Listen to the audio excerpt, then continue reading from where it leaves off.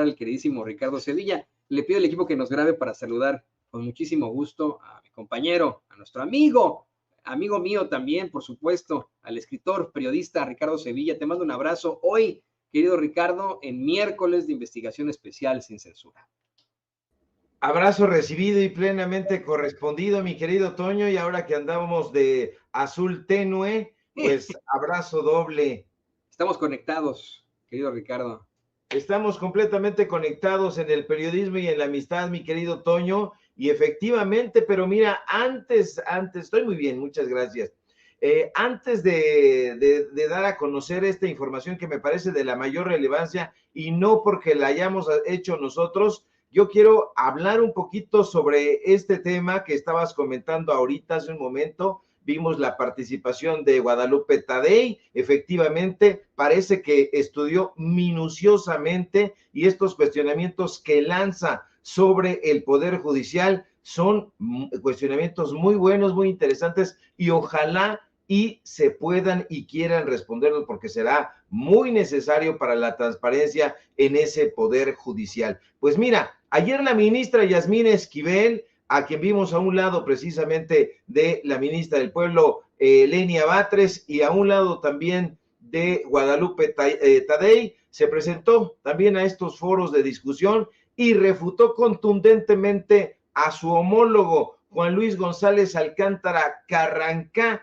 Carrancá, un personaje bastante complicado, un personaje de claroscuros, más oscuros que claros, y Yasmín Esquivel le da duro y a la cabeza cachetada, bofetada con guante blanco. Ella, la ministra Esquivel, dice que la reforma al Poder Judicial responde, y creo que no se equivoca, a un clamor del pueblo mexicano y no a una resolución de la Corte. ¿Por qué habla de esto la ministra Esquivel? Porque Alcántara Carrancá, Toño, el exprofesor de la Universidad Iberoamericana, el exprofesor del CIDE, el exprofesor Itamita, aseguró que la reforma al Poder Judicial es como una especie de venganza del presidente López Obrador y sostuvo que está dirigido única y exclusivamente a cambiar la estructura de la Suprema Corte. Sin embargo, las cosas no son así, las cosas no son de esa manera y la ministra Esquivel le hace una aclaración que me parece muy pertinente y muy contundente. Esta reforma judicial es un clamor del pueblo de México, le dice Yasmín Esquivel, sin ningún tipo de ambajes a Alcántara Carrancá. Pero, Toño, le voy a pedir a mi querido don David que ponga, por favor, este instante que hay que aquilatar muy bien, porque casi le tumban los dientes a Alcántara Carrancá la ministra Yasmín Esquivel. Póngalo, por favor, mi querido don David. Sabemos que esta situación, el malestar fue creado por una resolución de la Corte y por eso todo está dirigido a cambiar y modificar la estructura de la Corte. No podemos simular que no molestó una resolución que se apegó a la norma constitucional en el caso de la Guardia Nacional. Esta es la consecuencia del malestar de quien tiene el ejercicio del poder, que deberíamos de reflexionar si nos conviene como sociedad cambiar todo, porque se dictó una resolución apegada a la Constitución, no hay de otra. Esa es la razón, el malestar que existe en algunos sectores de que porque la Corte es muy conservadora. Bueno, lo entendemos perfectamente. Antes de hacer un par de observaciones a los comentarios que se han hecho, sí quiero hacer una aclaración. Esta reforma judicial es un clamor del pueblo de México. Pensar que obedece a una resolución de la Corte como es la Guardia Nacional es ignorar la voz del pueblo. Es estar ausente de la demanda de justicia que existe el día de hoy. Pues ahí está, casi le tumban los dientes ahí a Alcántara Carrancá, porque efectivamente, Toño, no se trata de una resolución. En todo caso, se trata de una serie de hierros, de pifias, de resoluciones que ha ido cometiendo a lo largo de su historia la Suprema Corte de Justicia de la Nación, que se supondría el principal tribunal de este país y que se supondría también que estarían haciendo su chamba muy minuciosamente los ministros y las ministras, pero resulta que no. Así que le ponen un estate quieto a Alcántara Carrancá y le dicen, no tiene que ver con esa resolución de la Guardia Nacional. No, no, no. Esto es una demanda efectivamente del pueblo, es un clamor de la sociedad mexicana que quiere que haya una reforma urgentemente al Poder Judicial, no solo a la Suprema Corte de Justicia, porque dice Alcántara Carrancá que se trata de sitiar a la Suprema Corte de Justicia de la Nación, que es una suerte de venganza del Poder Ejecutivo, de parte concretamente del presidente López Obrador. No, ministro Carrancá, no se trata de eso. El Poder Judicial, aunque ustedes lo vean de esa manera, no es solamente la Suprema Corte de Justicia de la Nación, es el Tribunal Electoral del Poder Judicial de la Federación, que también ha cometido sus yerros y sus pifias y sus atrocidades y sus robos, y también es el Consejo de la Judicatura, donde gobierna, donde preside justamente la amiga de usted, señor Carrancá, me refiero a Norma Lucía Piña Hernández. En fin, mi querido Toño, pues lo quería comentar porque me parece que va de la mano con lo que vamos a presentar el día de hoy. Así que tú me dirás si nos arrancamos con los datos duros. No, y además hay que mencionar que este es uno de los ministros que fue nominado por el presidente López Obrador y que, bueno, pues luego terminó siendo muy cuestionable en cuanto a sus determinaciones y fallos ahí en la Suprema Corte de Justicia de la Nación. Otra que me llama mucho la atención, Ricardo, es que pues crean ellos que se trata de una situación infantil, que se trata de una especie de inmadura venganza de un líder político. Ellos que pues han tenido que lidiar con otros políticos que vaya que cometían venganzas, que vaya que hacían cosas espantosas. Si verdaderamente fue una venganza, yo dudo mucho que el presidente López Obrador tendría que organizar esta movilización social impresionante de convocar a un voto para que la gente eligiera una mayoría, y de senadores una mayoría con la que pudiera existir una reforma judicial o un paquete de reformas estructurales. No creo que hubiera esta gran molestia como Cedillo. Simple y sencillamente, si el León fuera como ellos piensan, simple y sencillamente hubiera cambiado toda la Suprema Corte y para tú de preocuparte, ¿no? Acordémonos también de las amenazas que hacían los achichincles de Felipe Calderón a ministros de la Suprema Corte de Justicia. El ministro Saldívar, Arturo Saldívar, ha hablado de cómo es que luego de negarse a, de alguna otra forma, ayudar a los familiares de Margarita Zavala en el lamentable caso de la guardería ABC, de encubrirlos como pretendía Felipe Calderón, fue amenazado por un secretario de Gobernación directamente de que tenía que cumplir con sus reglas. Ni con ninguno de ellos ha hablado el presidente López Obrador o algún funcionario que tengan, en común, puesto que eso ya lo hubieran ellos acusado, ¿no? Me han dicho, oigan, pues vino aquí el funcionario fulanito a amenazarme, o el presidente me llamó. No ha existido eso. Se está pidiendo, como bien mencionas tú, se está exigiendo por parte del pueblo una reforma judicial ante la pero interminable lista de vejaciones en las que ha incurrido ese poder judicial, empezando por el principal cuerpo judicial que tenemos los mexicanos y que, bueno, pues en el que trabaja este señor llamado la Suprema Corte de Justicia de la Nación.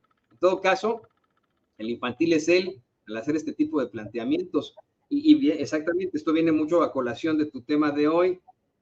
Las corruptelas de verdad no se pueden esconder, se derraman por todas partes. Es como si la Suprema Corte del Poder Judicial fuera una coladera de la que se derrama, disculpe usted que sea tan escatológico, la mierda constantemente. Está saliendo constantemente la mierda de esa coladera que es llamada Poder Judicial, y como nos va a explicar ahora el querido Ricardo Sevilla, el del equipo que nos grabe, pues siguen robando a manos llenas. Ricardo, el micrófono.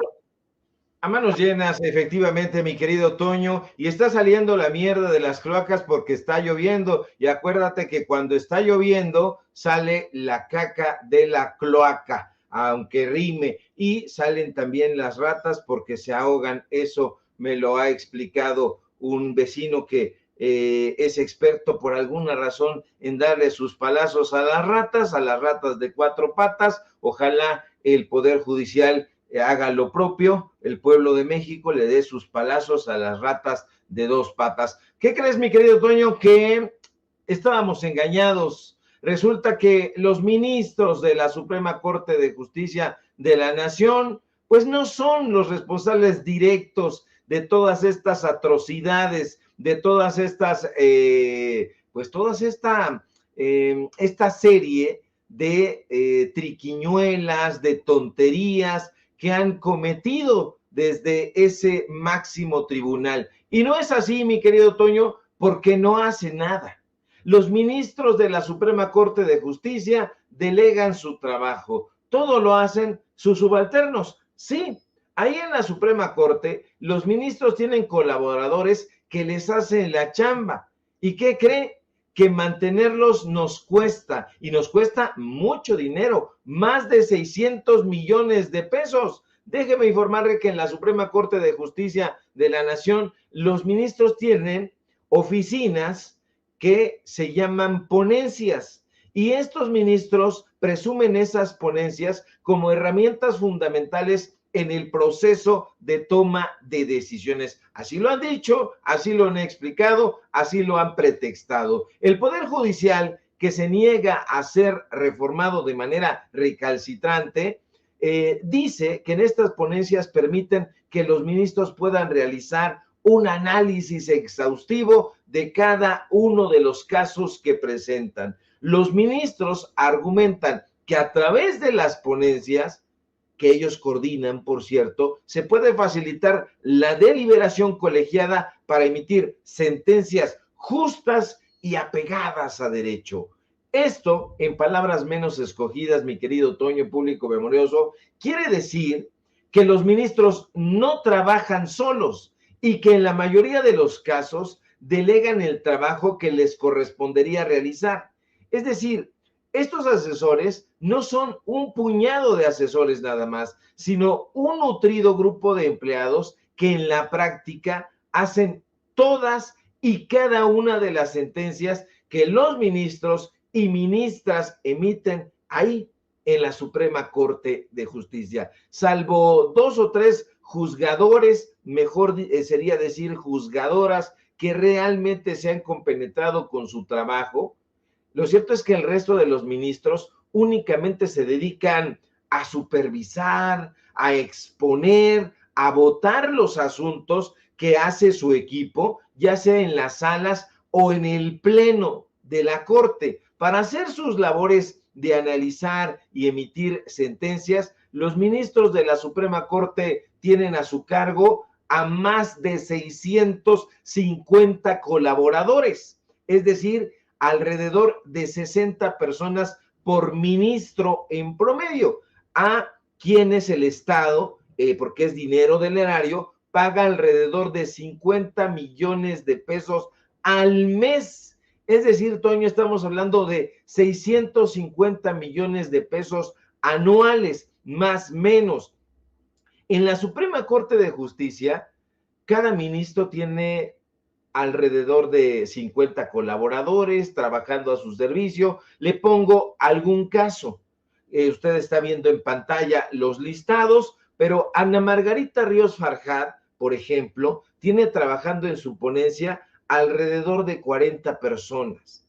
Fuentes al interior de la propia Corte aseguran que la ministra poeta, así le llaman irónicamente, Toño, porque antes de ser ministra se dedicaba a escribir poemas ripiosos, no hace prácticamente nada ahí en la Corte. Nos aseguran que todo su trabajo recae en los empleados que integran su ponencia. La ministra cuenta, fíjate nada más, con un secretario de estudio y cuenta, quien es el coordinador de su ponencia. Además, cuenta con 3 secretarios de estudio y cuenta. Tiene a 7 secretarios de estudio y cuenta adjuntos. Como no le es suficiente, tiene a 3 secretarios auxiliares.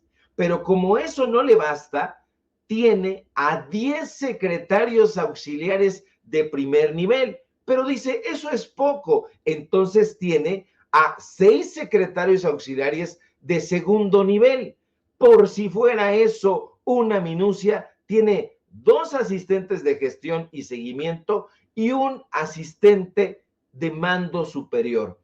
Todos, Toño, tienen entre sus atribuciones, responsabilidades y funciones auxiliar a la ministra, a Margarita Ríos Farjat. Ahora, los ministros por lo regular suelen deslindarse de su trabajo y encargarle a su secretario de estudio y cuenta, quien es el que coordina la ponencia, que él sea el responsable de analizar detenidamente los expedientes relativos a los asuntos que maneja su jefe, su jefa, la ministra, el ministro.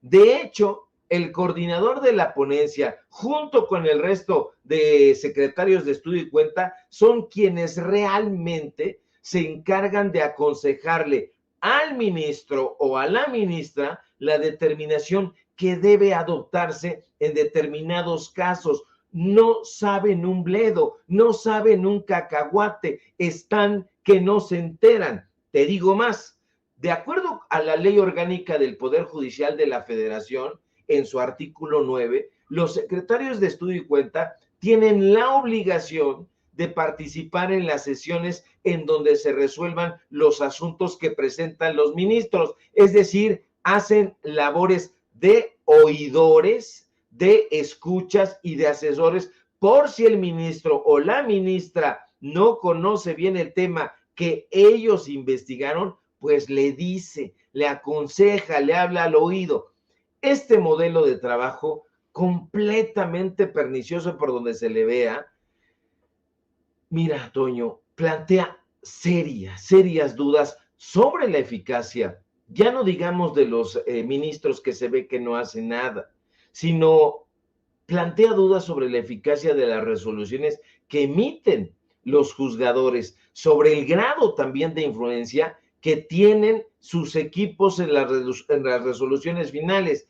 Esta estructura millonaria, donde los ministros están prácticamente de adorno, refleja un sistema donde los juzgadores están completamente desconectados, ya no digamos de la realidad, sino de su chamba, de sus responsabilidades. Y esto, por donde usted lo vea, sugiere la necesidad de un equilibrio entre la delegación de tareas y la responsabilidad personal en la toma de decisiones judiciales. Toño, en resumen, se necesita urgentemente, aunque en la derecha no lo quieran, una reforma al Poder Judicial, porque los ministros y las ministras, en la mayoría de los casos, no hacen un bledo, no hacen un cacahuate, están ahí, insisto, prácticamente de adorno. Sí, y es algo que fíjate, nos ha comentado también en cuanto a lo jurídico el doctor Isaac de Paz. En lo general, pues falta también ese conocimiento en cuanto al derecho constitucional, ¿no? De muchos adornos que tenemos ahí en la Suprema Corte de Justicia de la Nación.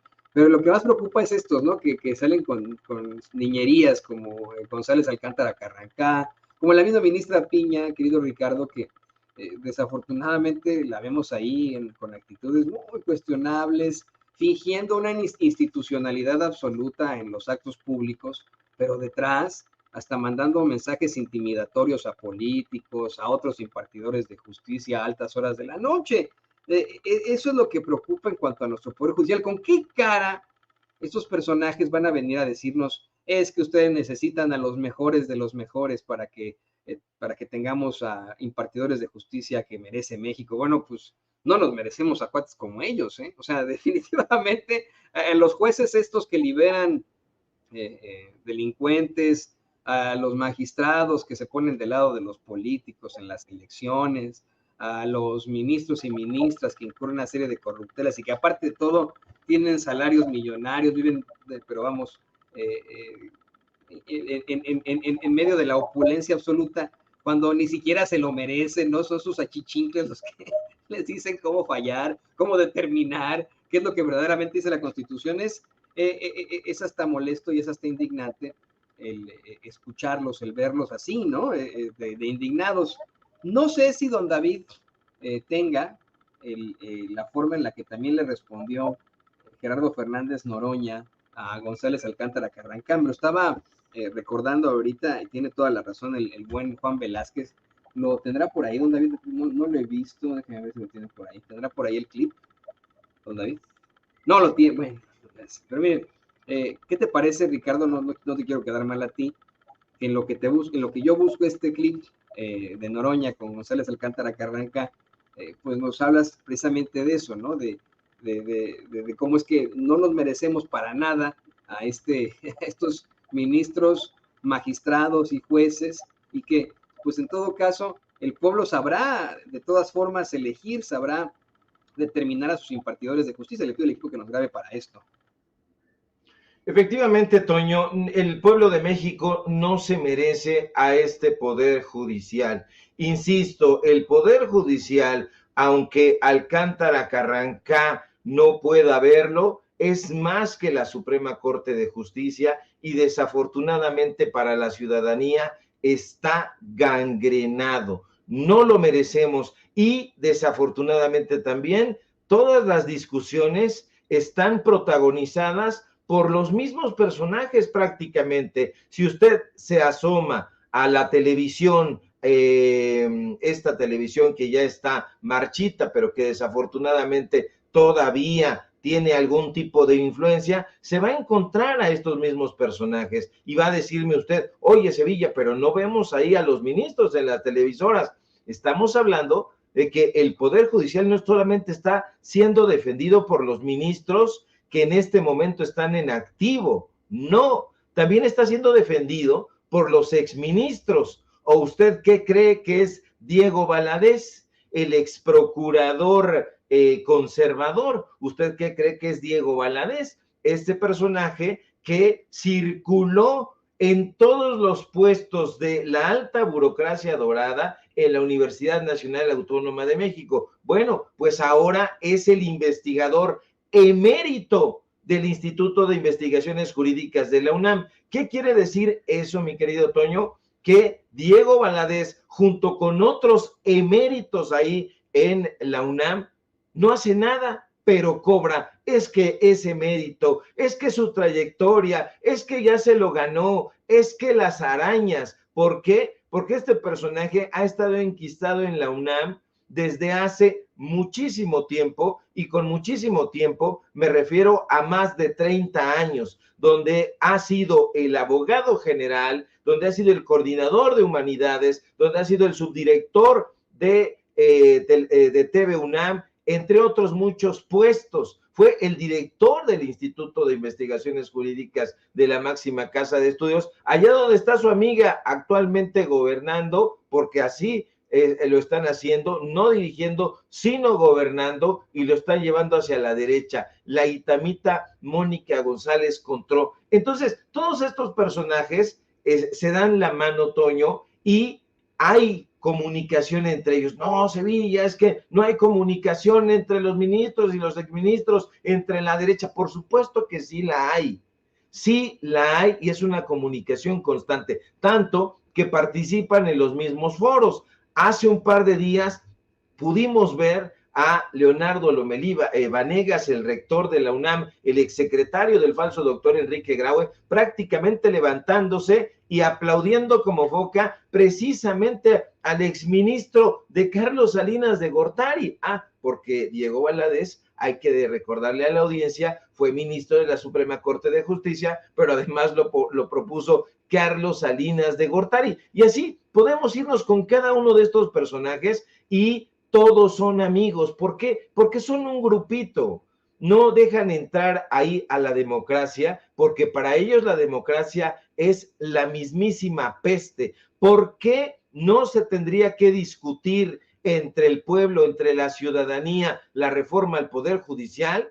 Pues es un asunto de la nación. Ahí en los foros, en la Cámara de Diputados, están llevando a ciertos personajes que a lo mejor plantean voces discordantes, puntos de vista opuestos, y que vale la pena atender. Pero en la UNAM, por ejemplo, ¿a quién están llevando? Son los itamitas, es la gente de la rectoría. Pero ¿por qué no está participando la comunidad universitaria, porque mucha gente dirá, oye Sevilla, pero entonces no quieres que se discuta en la máxima casa de estudios. Por supuesto que sí, nada más faltaba que no se discutiera en la UNAM, por supuesto que se tiene que discutir, pero tienen que discutir la comunidad universitaria. ¿Y quién integra la comunidad universitaria, Toño?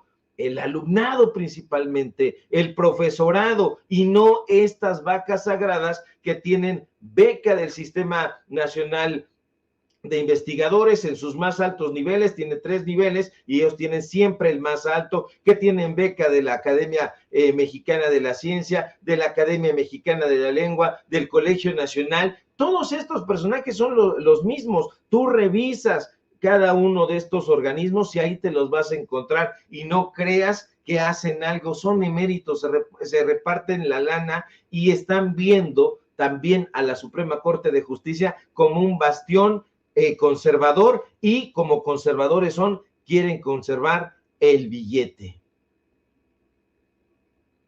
Bueno, mi estimado Toño, por ahí tuvimos un problemita ahí con la conexión de nuestro queridísimo Toño Ruiz.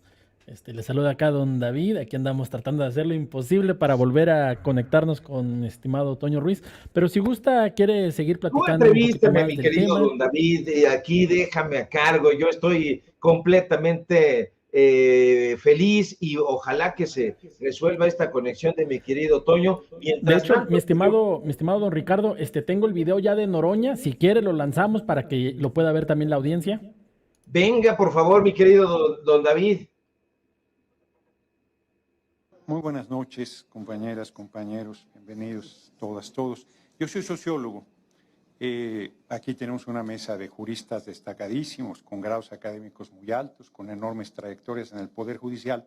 Y yo les preguntaría si se atreverían a cuestionar el artículo 39 constitucional, de que la soberanía radica en el pueblo y que el pueblo tiene, que todos los poderes dimanan de y que tiene en todo momento el derecho inalienable de cambiar su forma de gobierno y las instituciones, hasta el derecho a la rebelión incluido. Yo creo que no se atreverían, pero con sus intervenciones se atreven a más. Ven al pueblo por encima del hombro, lo ven sin el criterio, sin la capacidad, sin el conocimiento. Solo les falta decir que cómo se atreve el pueblo a querer resolver sobre las personas juzgadoras, su talento y su desarrollo. Qué fuerte. Todas las críticas que dicen que va a pasar si se eligen a los jueces es lo que hoy pasa en el Poder Judicial. ¿Son los jueces, les pregunto, libres e independientes? Sostengo que no. ¿Eso quiere decir que no hay jueces libres e independientes? Sí hay, pero el Poder Judicial como tal no es libre e independiente. Dicen que si se elige van a financiar los poderes económicos y van a servir a ellos, pues si a ellos sirven, a los poderes económicos, lo dijo mi hermanito Jaime Cárdenas Gracia muy bien, de manera muy elegante, yo soy más brusco. A eso sirven, a esos intereses sirven. Hoy, aquí y ahora, y por eso el 2 de junio lo he dicho, me repito, el pueblo de México juzgó al Poder Judicial y lo sentenció y dijo, este sistema hay que cambiarlo y hay que ir a una elección. Yo no me imagino al presidente de la República diciendo, no me revoquen el mandato porque están violando mis derechos humanos, porque tengo una larga carrera política, porque tengo un servicio al pueblo de toda mi existencia. No, la revocación es revocación. Se plantea que se ratifique, pues no lo hubieran propuesto antes de la elección, cuando se presentó la iniciativa, cuando se abrieron aquí los espacios y no quisieron venir, cuando actuaron con muchísima arrogancia y pensaron que el pueblo nunca nos iba a dar los 2/3 para hacer la reforma al Poder Judicial que el país necesita. Sí, es una revolución. Sí es una revolución. Cuando yo digo que es una revolución, piensan que estoy hablando de manera eufemística, ¿no? Sí, pero todos van a poder participar, todas las personas juzgadoras pueden ir al proceso electoral y pueden ser ratificados o revocados. Y después podrán ir otra vez a la elección y pueden ser ratificados o revocados. Lo que ustedes plantean está en la iniciativa. Yo se terminaría con la pregunta, ¿por qué no propusieron antes todas estas cosas que nos están proponiendo hoy? Dice aquí, alguien pregunta, ¿qué nos garantizaría que no siga corrompiéndose? Pues la observancia del pueblo, los principios, la honestidad, el compromiso, eso existe. en política, ni siquiera se dan cuenta lo fuertemente injuriosos que son para quienes nos dedicamos a la política. Le llaman politizar a partidizar, le llaman que la elección es un procedimiento, pues casi quieren decir que plebeyo. Pero este pueblo plebeyo ha tomado el destino en sus manos y ha decidido que el Poder Judicial se elegirá por el voto universal, secreto y directo. Hay cosas en las que les vamos a hacer caso, que no sea todo de una sola idea, de que haya requisitos, de que haya comités, que revisen, que los perfiles sean los adecuados. Respetamos mucho la idea de que haya un Poder Judicial independiente, sólido, serio, consecuente, honesto, probo, entregado. Pero les exigimos que brinden justicia al pueblo y el Poder Judicial sabe que no la ha brindado y que por eso es esta reforma con este calado y con esta profundidad. Muchas gracias por su atención.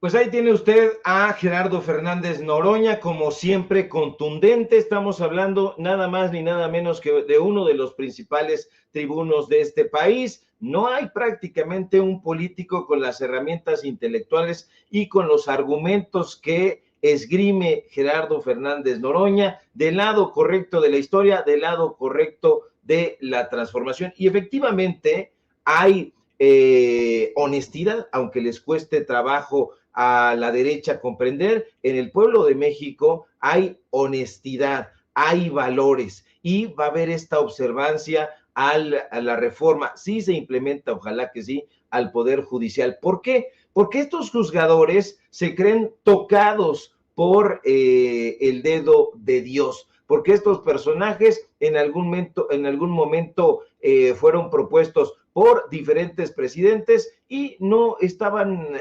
acostumbrados a ser votados por el pueblo. En algún momento la Suprema Corte de Justicia, y lo hemos dicho y lo hemos platicado, se sometió al sufragio del pueblo. En épocas de Ignacio Ramírez el Nigromante, así sucedió. Habría que retomar esa saludable historia de la Suprema Corte de Justicia para que vuelva a su esencia. No es que haya tenido la Suprema Corte de Justicia un espíritu pernicioso, sino al revés. Nació como un espacio liberal, auténticamente liberal, para defender al pueblo de México. Y bueno, yo lo dejaría ahí y quiero darle la bienvenida al querido maestro Paco Cruz, que ya se conectó aquí al deck de... Y querido Ricardo, igualmente. ¿Dónde andas, Toño? Pues mira, hay una especie de apagón, me parece que es casi que el ojo del huracán. Como bien sabes, en esta zona de la Unión Americana hay muchos tornados constantemente. Se fue la luz en una gran parte de Kansas City, Missouri. Todavía no sabemos qué fue lo que pasó. Y estamos pues revisando ahí qué onda, mi querido Ricardo. Y te quiero agradecer especialmente por esto, ¿no? Que estés aquí al pie del cañón ante este tipo de eventualidades. Estoy transmitiendo con datos desde, pues ahí, desde la calle ahorita, a ver cómo nos va.